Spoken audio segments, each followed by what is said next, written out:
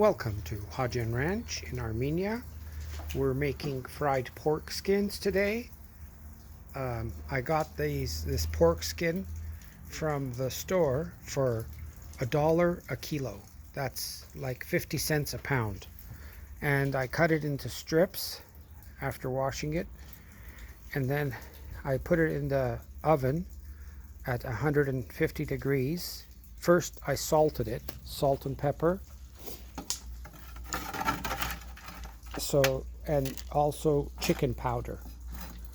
Then it went into the oven at 150 degrees to dry out for 24 hours. And after 24 hours in the oven, it comes out like this. These strips, they're dry, pretty much dry. And now we put it into the deep fryer. And you'll see in a minute here how they expand, they grow like triple or quadruple in volume. This little bit, these few pork skins will become a lot. So there it is. Now watch what happens. We stick it in there. And they immediately grow in size, and they float to the top. It doesn't take long, less than a minute, and they become white and fluffy like little clouds and crunchy. So you bring the pork skins home, you clean off all the fat that's left on them with a sharp knife, cut them into strips, season them with salt, pepper, and a chicken bouillon.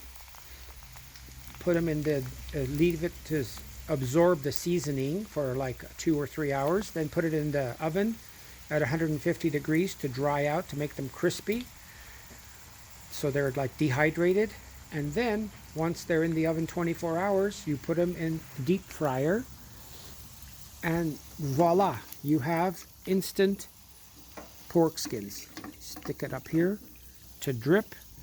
And these ones that dripped already, you empty, and then you empty them into a sieve so that all the extra oil can go away, can drip down. And then you can season them with salt and pepper or paprika, whatever you like. Have a wonderful day.